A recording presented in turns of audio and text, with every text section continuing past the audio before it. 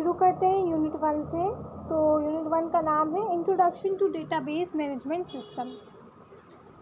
A database management system is a software system that manages, stores, and retrieves data efficiently in a structured format. It acts as an interface between users, application, and the database, enabling users to create, update, and query database effectively.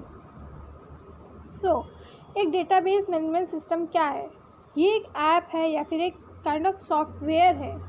This is a kind of software जो हमारे data को manage कर सकता है, store करा सकता है, plus अगर हमने डेटा को डेटाबेस में स्टोर कर रखा है और उस डेटाबेस से हमें वो डेटा फेच करना है तो ये रिट्रीवल में भी हेल्प करता है। तो अ database management system is a software system that manages, stores and retrieves data efficiently. Now इसकी मतलब ये इसका काम क्या है? ये काइंड ऑफ इंटरफेस होता है, मतलब एक रास्ता होता है यूज़र्स और डेटाबेस के बीच में इंटरेक्शन बैठाने का। लाइक अगर यूज़र को डेटाबेस से कम्युनिकेट करना है या फिर उससे डेटा फेच करना है, उसमें डेटा स्टोर करना है, तो बीच में जो आता है डेट इज़ द मैसेंजर या फिर इंटरफेस, वो होता है DBMS। नाउ इसका एडवांटेज क्या है? यही कि जो हमारे एक आइडियल डेटाबेस मैनेजमेंट सिस्टम में होना चाहिए वही इसका पर्पस है या फिर वही इसका एडवांटेज है। क्या? इससे हम लोग रिडंडेंसी एंड इनकंसिस्टेंसी रिड्यूस कर सकते हैं। रिडंडेंसी वो होता है जिसमें हम डुप्लीकेट डेटा को बार बार स्टोर कर रहे हुए होते हैं, ठीक। तो लेकिन DBMS में क्या होता है? डेटा रिडंडेंसी कम हो जाता है, ठीक है ना। डेटा शेयरिंग, आप डेटा शेयर करने में भी DBMS का बहुत बड़ा रोल है। डेटा सिक्योरिटी, इसमें देखो data control language, DML, transaction control language, इतनी काइंड ऑफ लैंग्वेजेस होती हैं DBMS में, जिसके थ्रू हमारा जो डेटा है वो बहुत ही ज़्यादा सिक्योर्ड बन जाता है और इससे कोई भी फेच करना चाहता है बिना ऑथराइजेशन के डेटा को, तो इस डेटा वहाँ से लीक नहीं होगा, डेटा वहाँ से उसको इन द मैलिशियस फॉर्म नहीं जाएगा। Now comes data integrity. It enforces integrity constraints to ensure the accuracy and reliability of data. Data integrity मतलब होता है डेटा को लिंक करके रखना, इंटरकनेक्टेड बना के रखना, ठीक। तो अगर एक डेटाबेस में हमें एक से ज़्यादा टेबल्स को, एक से ज़्यादा व्यूज़, रिकॉर्ड्स, स्कीमास को लिंक करना है एक साथ, तो ये भी फैसिलिटी जो है हमें DBMS में मिलती है। Now backup and recovery. This offers built in tools for banking up and recovering data in case of system failures. तो जो हमारा DBMS है इसके पास बहुत सारे बिल्ट इन टूल्स होते हैं जिसके थ्रू अगर सिस्टम फेल हो जाता है तब भी हम अपना जो डेटा है वो लॉस्ट होने से बच जाएगा, उसका बैकअप हम और रिकवरी सब कुछ कर सकते हैं। Multi user access. It supports concurrent access to data by multiple users while maintaining data consistency. इसका मतलब हो गया कि एक टाइम पर पैरेलली बहुत सारे यूज़र्स जो हैं डेटा फेच कर रहे हैं सेम डेटाबेस से और डेटा लैग भी नहीं कर रहा है, उसमें कोई इनकन्सिस्टेंसी भी नहीं है। एक overall example, consider a university system. Instead of storing student, course, faculty information in separate unlinked files, a database management system can manage all this data in a structured manner. अब जो student details होती हैं, course की detail हो गया, faculty का details हो गया, ये सारी जो डिटेल्स हैं हम सेपरेट फाइल्स में रखने से अच्छा है कि अपना एक डेटाबेस बनाएं जिसमें हम डिफरेंट टेबल्स बना करके उनको लिंक कर सकते हैं। यानी कि DBMS में हमें अलग अलग फाइल्स बनाने की ज़रूरत ही नहीं पड़ेगी, सेम डेटाबेस में अलग अलग टेबल्स बनाकर हम उनके बीच में कनेक्शन बैठाकर अपनी क्वेरीज़ को रन कर सकते हैं, तो जिससे हमें डेटा इंटीग्रिटी एंड कंसिस्टेंसी जैसी एडवांटेजेस मिल जाती हैं। नाउ डिफरेंस देखेंगे DBMS versus file system. A file system is a method of organising and storing files on a storage device, typically in a hierarchical structure of directories and subdirectories. It provides basic operations like creating, deleting, reading and writing files. एक file system method है जिससे हम files को store कर रहे होते हैं किसी भी स्टोरेज डिवाइस पे. इसमें जो हमारा डेटा है वो एक फ़ाइल में या तो रीड किया जा सकता है, राइट किया जा सकता है, डिलीट एंड क्रिएट किया जा सकता है. तो 4 बेसिक फंक्शंस जो हैं वो हमें फाइल सिस्टम से मिल जाते हैं. अब कंपैरिजन देखते हैं. फाइल सिस्टम में डेटा रिडंडेंसी की जो संभावना है वो काइंड ऑफ हाई होती है, बट DBMS में यही चीज़ लो होती है. Now comes data inconsistency. तो फाइल में ये डेटा इनकन्सिस्टेंसी हाई होता है बट DBMS में लो. Now data sharing. अब फाइल्स जो होता है वो सारा एकदम स्कैटर्ड रहती हैं फाइल्स, ठीक है, उसमें कोई कनेक्शंस तो है नहीं. तो इसीलिए जब हम डेटा शेयर करते हैं फाइल से तो काइंड ऑफ डिफ़िकल्ट हो जाता है. Data security. क्योंकि फाइल सिस्टम है तो कोई भी आसानी से आके हमारे कंप्यूटर को एक्सेस करके फ़ाइल सर्च आउट करके उससे फ़ाइल को अनऑथराइज तरीके से एक्सेस कर सकता है. बट इन DBMS ये चीज़ हाई होती है, डेटा सिक्योरिटी. वाई? क्योंकि इसमें जो है इन बिल्ट ऑपरेशंस होती हैं, इन बिल्ट इसकी कमांड्स होते हैं, लैंग्वेजेस होती हैं जिसके थ्रू अनऑथराइजेशन तो बिल्कुल भी पॉसिबल है ही नहीं. तो इसीलिए DBMS में हाई डेटा सिक्योरिटी होती है. Data integrity. देखो फाइल सिस्टम में इंटीग्रेशन नाम का कुछ नहीं है. वाई? क्योंकि फाइल सिस्टम्स में हम फाइल्स को लिंक कर ही नहीं सकते क्योंकि उनके पास कुछ कॉन्स्ट्रेंट्स या फिर काइंड ऑफ जैसे हमारा DBMS में प्राइमरी की, फॉरेन की का कॉन्सेप्ट होता है वैसा कॉन्सेप्ट हमें फाइल सिस्टम में नहीं मिलता जिसके थ्रू हम इंटीग्रेशन तो कर ही नहीं सकते. इसीलिए DBMS में इंटीग्रिटी पॉसिबल है क्योंकि उसमें हमारे पास बहुत सारे कॉन्स्ट्रेंट्स आते हैं. कॉन्स्ट्रेंट्स आगे पढ़ेंगे. Backup and recovery. Now see, file system में अगर हमको बैकअप चाहिए, रिकवरी चाहिए तो हमें मैनुअली जाकर करना पड़ेगा और उसके लिए जब तक वो बफरिंग करेगा हमें तब तक वेट करना पड़ेगा. बट इन DBMS ये ऑटोमेटेड होता है. क्यों? क्योंकि इसमें बिल्ट इन हमारे पास टूल्स होते हैं जिसके थ्रू हम अपना जो भी वर्क है बैकअप करने वाला इसको ऑटोमेशन पर डाल सकते हैं. तो DBMS में फास्ट रिकवरी हो जाएगी एंड फाइल सिस्टम में स्लो होगी या फिर होगी ही नहीं. Now query processing. देखो फाइल सिस्टम में हम क्वेरी तो लिख नहीं सकते. वाई? क्योंकि फाइल सिस्टम अगेन इनएफिशिएंट होता है.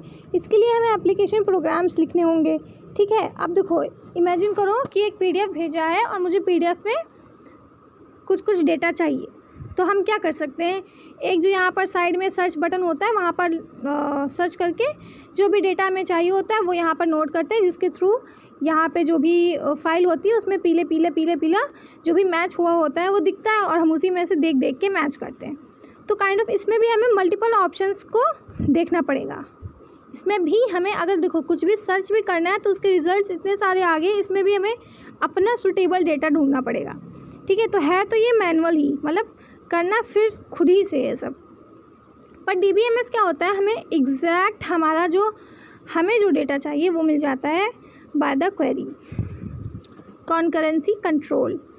Lakhs mechanism for concurrent access. देखो एक फ़ाइल को एक से ज़्यादा यूज़र कैसे फैच कर पाएगा, लाइक काइंड ऑफ उसमें थोड़ी बहुत तो लैग आएगा ही. But in DBMS it is possible. ये क्योंकि ये सपोर्ट करता है मल्टी यूज़र एक्सेस को. Data independence. फाइल सिस्टम में there is zero data independence but in DBMS there is a data independence divided into logical and physical forms. तो DBMS में data independence मिल जाता है बट फाइल सिस्टम में it is not possible. हमारा जो database system का structure है उसका स्ट्रक्चर 3 स्कीमा आर्किटेक्चर प्रोवाइड किया गया है जिसमें जो हमारी डेटाबेस मैनेजमेंट सिस्टम है वो 3 लेवल्स में बनता है. First level is internal level या फिर physical schema. It describes the physical storage structure of the database. It specifies how the data is actually stored on disk, including file organization, indexing and data compression techniques. For example, details about how records are stored in books, the type of indexing used, B-tree and physical location of data files. मतलब इसमें हम data structure को बारे में पढ़ रहे होते हैं. डेटा स्ट्रक्चर हमने सी में पढ़ रखा है. डेट इज़ जो हमारा जो डेटा है वो किस फॉर्म में स्टोर है, किस तरह से, किस स्ट्रक्चर का यूज़ करके हमने उस डेटा को स्टोर करा रखा है, वो हमें मिल जाता है फिजिकल स्कीमा में. Now comes conceptual level, that is the logical schema. Describes the overall logical structure of entire database for a community of users. It hides the details of physical storage and focuses on what data is stored and the relationship between data. Logical schema में हमें table कैसी बनानी है, अपने database की जो table होगी वो कैसी बनेगी वो हमें बताना रहता है. देखो फिजिकल में डेटा स्ट्रक्चर पता होना चाहिए, लॉजिकल में टेबल किस तरह से बना रहे हैं हम, क्रिएट टेबल वाली कमांड वो देखते हैं. And now external level, that is the view level, यानी कि यूज़र को क्या दिखता है. यूज़र को टेबल नहीं दिखती, यूज़र को एरे नहीं दिख रहा होता है कि लिंक्ड लिस्ट में हमारा डेटा स्टोर है, यूज़र को बाइनरी ट्री नहीं दिख रहा होता, ग्राफ नहीं दिख रहा होता है, उसको जो दिख रहा होता है वो आता है व्यू लेवल में. इसमें सिर्फ यूज़र की नेसेसरी इंफॉर्मेशंस यूज़र को दिखाई जाती हैं. It describe the parts of the database relevant to a particular user और application program. It presents a customized user-specific view of the database, hiding irrelevant data and simplifying the database interaction. है ना, इसमें हमें जो दिखना है, हमें जो दिखाना है वो दिखता है सिर्फ. A student might have view showing only their enrolled courses and grades, while a faculty member might have a view showing all the courses they teach the student enrolled in those courses.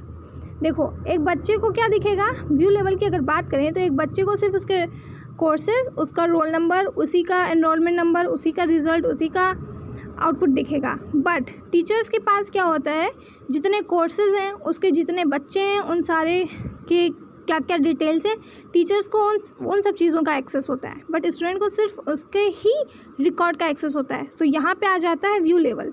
ये हर एक इंसान के लिए, हर एक user के लिए उसी की तरह डिफाइंड होता है. ठीक है, it is relevant to the particular user.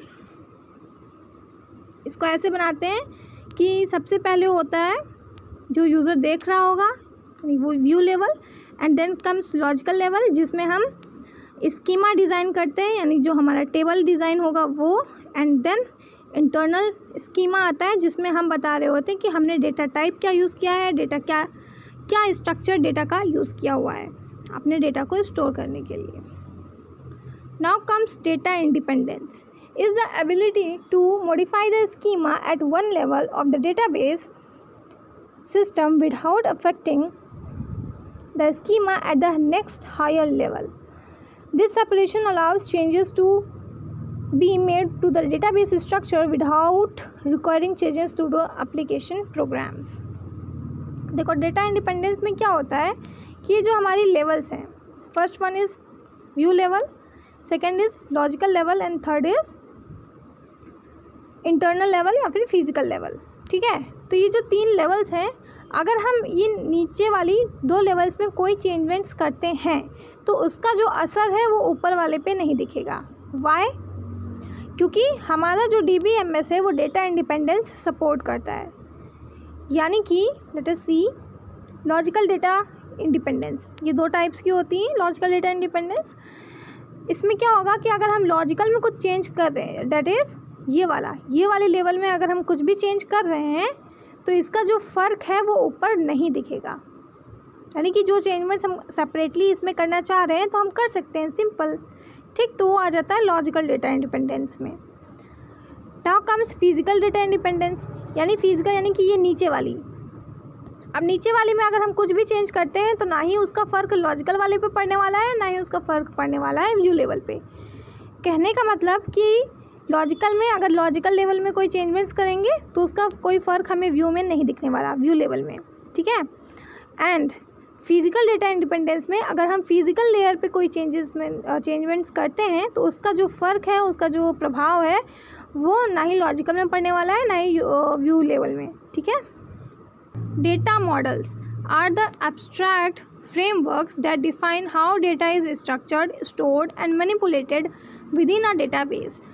They provide a conceptual tool for describing data relationships, data semantics, and consistency constraints. Data models एक ऐसी चीज़ है जिससे हम डेटाबेस बनाते हैं. यानी कि डेटाबेस का फ्रेमवर्क है, डेटाबेस का स्ट्रक्चर है जिसको हम डेटा मॉडल कहते हैं। मतलब एक डेटाबेस किस तरह से बनेगा, मतलब हमें अगर एक DBMS बनाना है, I have to make a DBMS software, तो उसका हम मॉडल कैसा बनाएं ये हमें पता चलता है डेटा मॉडल्स के थ्रू। इसके जो एग्जांपल्स हैं वो है hierarchical model, network model, relation model, object oriented model and no SQL models. Hierarchical में क्या होता है, चाइल्ड पेरेंट चाइल्ड रिलेशनशिप्स मिलते हैं, इसके एग्जांपल हैं IBM and IMS। Network model में मिलता है कि an extension of hierarchical model, इसी को एक्सटेंड करके नेटवर्क मॉडल लाया गया है जिसमें हम ग्राफ लाइक स्ट्रक्चर देखते हैं और इसमें मल्टीपल पेरेंट्स होते हैं। And this is IDS and turbo image.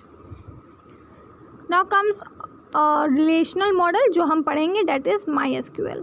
इसमें जो है हमारा डेटा वो टेबल्स यानी कि रोज़ एंड कॉलम्स की फॉर्म में स्टोर हो रहा होगा और इनको टेबल्स को ही हम रिलेशंस कहते हैं एंड इसीलिए इस मॉडल का नाम रिलेशनल मॉडल पड़ा है, क्योंकि इसमें डेटा जो है टेबल्स में स्टोर होगा। Now comes object oriented model. इसमें हम क्लासेस और ऑब्जेक्ट्स का यूज़ करते हैं जिसमें हम इनहेरिटेंस और सारी चीज़ें कॉन्सेप्ट्स पढ़ रहे होते हैं, हमें तो पढ़ना नहीं है। No SQL models are diverse group of non relational database, मतलब जो रिलेशनल डेटाबेस नहीं होंगे यानी जिसमें हम डेटा जो है वो टेबल्स की फॉर्म में स्टोर नहीं कर रहे होंगे, उनको हम इस तरह से स्टोर कर रहे होंगे की value, document, column family, graph या फिर एंटिटी, इस फॉर्म में स्टोर कर रहे होंगे सेपरेट अनस्ट्रक्चर्ड, ठीक है, उनको हम बोलते हैं नो SQL यानी नो रिलेशनल, ठीक है, जिसमें टेबल नहीं वो नो SQL। तो इसके एग्जांपल्स हैं MongoDB, Cassandra and Neo4j। Schemas and instances. Schema, the overall logical design or structure of a database. It describes how data is organized, including table definitions, data types, relationships, and constraints. A schema is defined during database design and rarely changes. तो schema क्या है, kind of table बनाना। हम किस तरह से table बना रहे हैं, यानी एक ऐसा स्ट्रक्चर फ्रेम, डेटाबेस का फ्रेम क्या है वो हमें स्कीमा में पता चलता है। यानी जो टेबल बनेगी उसमें हम कौन कौन से कॉलम यूज़ कर रहे हैं, उन कॉलम्स पे कौन कौन से कॉन्स्टेंट हमने लगा दिए हैं, उन कॉलम का डेटा टाइप क्या है, उसकी लिमिट क्या है, साइज़ क्या है, ये सारी चीज़ें जो है हम डिफ़ाइन करते हैं स्कीमा के अंदर, ठीक है। बट इंस्टेंस क्या होता है, जब हम टेबल बना चुके होते हैं और उन टेबल्स में हम हर एक रिकॉर्ड को फिल करते चले जाते हैं, उन्हीं को हम बोलते हैं instance. The actual data is stored in the database at a particular moment in time. It represent the current state of database. Instances change frequently as data is inserted, updated and deleted. Instance वही हो गया कि हम data कौन सा data डाल रहे हैं। देखो ऐसा होगा, स्कीमा क्या है कि हमने एक ऐसा टेबल बनाया है जिसमें 3 कॉलम्स हैं और उन कॉलम का नेम है कि पहला ID है कोई, दूसरा नेम है एंड तीसरा एज है, ठीक। तो ये स्कीमा हो गया कि हमारी कुछ टेबल है जिसमें कुछ 3 कॉलम्स हैं और उन कॉलम्स का नेम जो है ID, नेम, एज है। उनमें लगी हुई कॉन्स्टेंट ये हैं कि जो ID है वो प्राइमरी की है, नेम जो है उसका जो डेटा टाइप होगा वो varchar होगा, एज का जो डेटा टाइप होगा वो स्मॉल इंट होगा। तो इस तरह के हमने कुछ कॉन्स्टेंट्स लगा दी। तो this is known as schema. यहाँ तक ये स्कीमा हुआ ना। अब हमने क्या किया कि एक मोमेंट आया, हमने पहली रो अपनी फिल की 101, हमने ID फिल की एंड नाम रखा हम लोगों ने अमन एंड देन एज रखी 21, ठीक। तो इस समय यही जो हमने रिकॉर्ड फिल किया है 101 अमन 21 एज, ये जो कहलाएगा वो इंस्टेंस कहलाएगा, ठीक। यानी कि structure is what known as schema and the data inside those structures is known as instance. Now database languages. देखो डेटाबेस लैंग्वेजेस इज चार पांच टाइप्स की होती हैं. Let us see that. These languages are specialized programming language used to define, manipulate, control data within a database system. अब देखो, किसी भी सॉफ्टवेयर से इंटरेक्ट करने के लिए हमें कोई ना कोई लैंग्वेज होनी चाहिए. ठीक है, डेटाबेस से इंटरेक्ट करने के लिए डेटाबेस लैंग्वेजेस चाहिए होती है हम लोग, जिससे हम डेटाबेस से इंटरेक्ट करते हैं और अपनी क्वेरीज़ को, अपना जो भी मैनिपुलेशन है, क्रिएशन और डिलीशन जो भी है, उससे हम कर पाते हैं. इसके कुछ टाइप्स होते हैं. First one is DDL, data definition language. Definition यानी डिफ़ाइन करने वाला. ठीक है, इसमें हम मैनिपुलेट नहीं कर रहे कुछ भी, बस हम बता रहे हैं कि ऐसा ऐसा कुछ कुछ है. ठीक, तो ये काइंड ऑफ स्कीमा बनाने के लिए ऐसे याद कर सकते हैं कि जो DDL है वो स्कीमा बनाने के लिए हम यूज़ करते हैं, यानी स्ट्रक्चर बनाने के लिए, सिर्फ डिफ़ाइन करने के लिए. तो इसके लिए हमारे कुछ कुछ कमांड्स हैं. Create, alter, drop, truncate, rename. ठीक, तो the language that is use to define the data in a database management system is known as DDL. For example, create, alter, drop, truncate, rename etcetera. ये जो code है या फिर kind of query है, उसको हम बाद में सीखेंगे. Next come data manipulation language, यानी अब हम डेटा भरने वाले हैं, यानी जो इंस्टेंस है उसको, इंस्टेंस को इंसर्ट करना, उसको अपडेट करना, डिलीट करना, उसको फेच करना, ये सब आ जाता है DML में. यानी कि हाँ, जब हम काम कर रहे होंगे इंस्टेंस पे, तब हम यूज़ करने वाले हैं DML को. तो स्कीमा पर वर्क करने के लिए हम यूज़ करते हैं DDL को, इंस्टेंस पे काम करने के लिए हम DML को यूज़ करते हैं. इसकी कमांड्स है इंसर्ट, अपडेट, डिलीट, सेलेक्ट. ये कोड बाद में देखेंगे. Data control language used to control access to data in the database. अब यहाँ पर आ जाता है सिस्टम सिक्योरिटी वाला. तो कह रहे थे ना कि DBMS में सिक्योरिटी जो है वो बहुत ज़्यादा सपोर्टेड है, इसलिए क्योंकि उसमें ऐसी ऐसी कमांड्स होती हैं, ऐसी ऐसी क्वेरीज़ होती हैं जिनके थ्रू कंट्रोल होता है कि डेटा किसके पास जाना है, किसके पास नहीं जाना है. ठीक है, सो इसके जो काइंड ऑफ कमांड्स है वो ग्रांट है और रिवोक है. ठीक, तो इस तरह से यूज़र को परमिशन मिलेगी या फिर यूज़र से परमिशन ले ली जाएगी. वाई? क्योंकि वहाँ पर हमने कमांड्स लगा रही होंगी grant and revoke. Transaction control language used to manage transactions within the database. Transactions are a sequence of operations performed as a single logical unit of work. TCL commands ensure data integrity and consistency during transactions. कोई ये है नहीं अपने syllabus में, but still इसकी commands हैं commit, roll back and save point. Transaction control language का use किया जाता है ट्रांजैक्शंस को मैनेज करने के लिए.